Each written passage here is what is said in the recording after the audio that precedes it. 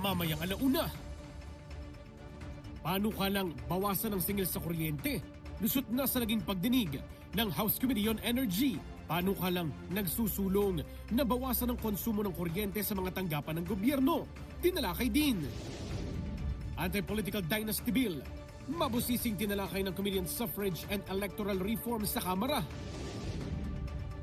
Deputy Speaker Jake Kong-hoon naghain ng resolusyon para paimbestigahan ang umunoy maling paggamit sa Letters of Authority at Mission Orders ng Bureau of Internal Revenue. House Justice Committee report sa pagbasura sa impeachment complaint laban sa Pangulo nasa Rules Committee na. At tulong-dunong program patuloy sa pag-arangkada sa Capiz. Representative Howard Ginto ibinagpasalamat ang proyekto.